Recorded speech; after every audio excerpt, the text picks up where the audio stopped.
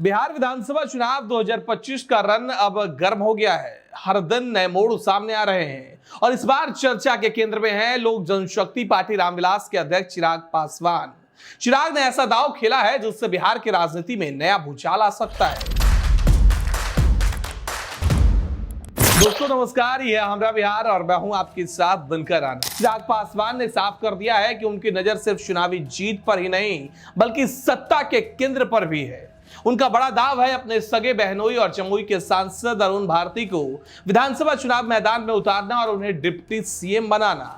अरुण भारती 2024 में पहली बार सांसद बने थे और अब वे विधानसभा का रुख कर रहे हैं। चिराग ने उनके लिए जमुई जिले की सिकंदरा विधानसभा सीट चुनी है। सिकंदरा अनुसूचित जाति के लिए आरक्षित सीट है और फिलहाल हिंदुस्तानी अवाम मोर्चा यानी हम के विधायक प्रफुल्ल मांझी के पास है, जो जीतन राम मांझी के बेहद करीबी माने जाते हैं। यानी यह चुनाव सीधे सीधे चिराग और मांझी परिवार के बीच भीषण संग्राम पर होगा। अब अरुण भारती यहां जीतते हैं तो यह जीतन राम मांझी और उनकी पार्टी के लिए बड़ा झटका होगा। चिराग ने यह साफ कर दिया है कि अगर 2025 में एनडीए की सरकार बनी तो मुख्यमंत्री पद पर नीतीश कुमार ही होंगे, लेकिन उप मुख्यमंत्री पद लोजपा रामविलास का होगा और इस दौर में सबसे मजबूत दावेदार होंगे अरुण भारती। चिराग की पार्टी इस बार विधानसभा चुनाव के लिए 43 सीटों की मांग कर रही है। सिकंदरा के अलावा चकाई सीट की भी उनकी पार्टी दावेदार है, जो अभी निर्दलीय विधायक और मंत्री सुमित सिंह के पास है। एनडीए में फिलहाल सीट बंटवारे को लेकर भारी खींचतान चल रही है। बीजेपी और जेडीयू के बीच मुख्य बातचीत जारी है, जबकि चिराग पासवान, जीतन राम मांझी और उपेंद्र कुशवाहा की पार्टियां भी अपनी अपनी सीटें मांग रही है। इन हालातों में चिराग का यह दाव राजनीतिक संकेत जरूर दे रहा है कि वह इस बार उप मुख्यमंत्री पद पर अपनी पकड़ बनाए बिना नहीं रुकने वाले हैं।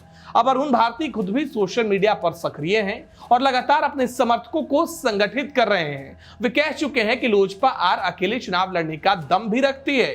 2020 में भी उनकी पार्टी ने अकेले 137 सीटों पर चुनाव लड़ा और करीब 6% वोट ले आई थी। स्पष्ट है कि चिराग पासवान का मास्टर स्ट्रोक बिहार की राजनीति में नए समीकरण बनाएगा। अब देखना होगा कि चुनाव बाद अरुण भारती सचमुच डिप्टी सीएम की कुर्सी तक पहुंचते हैं या नहीं। महागठबंधन में गहमा गहमी भी हो चुकी है। उधर महागठबंधन खेमे में भी खासी हलचल है। दिल्ली में कांग्रेस नेताओं की 2 दिवसीय बैठक के बाद बिहार प्रभारी कृष्णा अलावरू ने बड़ा बयान दिया। उन्होंने कहा कि महागठबंधन का मुख्यमंत्री चेहरा जनता तय करेगी। यानी कांग्रेस ने तेजस्वी यादव को अब तक सीएम फेस घोषित नहीं किया है। अलावरू का कहना है कि गठबंधन में नए साथी आएंगे तो कुछ सीटों पर सबको समझौता भी करना पड़ेगा। अच्छी और खराब सीटों का बंटवारा मिलजुल कर होगा।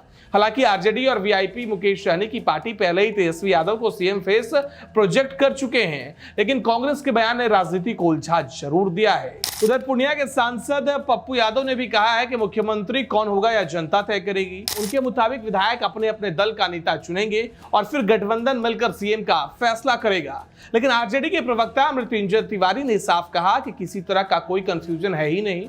बिहार की जनता इस बार तय कर चुकी है कि तेजस्वी यादव को ही मुख्यमंत्री बनाना है। यानी महागठबंधन में अंदर खाने बैठकों में चाहे असहमति हो, लेकिन आरजेडी साफ कह रही है कि सीएम फेस केवल तेजस्वी ही होंगे। तो दोस्तों सवाल यही है कि क्या चिराग पासवान का यह नया दांव सफल होगा? क्या अरुण भारती सिकंदरा से जीतकर सचमुच बिहार के डिप्टी सीएम बन जाएंगे? और क्या महागठबंधन कांग्रेस आरजेडी वीआईपी के बीच सीट शेयरिंग और सीएम फेस को लेकर एक मत बन पाएगा? इन सभी सवालों का जवाब अब 2025 के विधानसभा चुनाव ही देंगे। हम आपको बिहार की राजनीति की हर ताजा तरीन खबर, हर कड़वी सच्चाई हमरा बिहार पर पहुंचाते रहेंगे। जय बिहार, जय भारत, नमस्कार।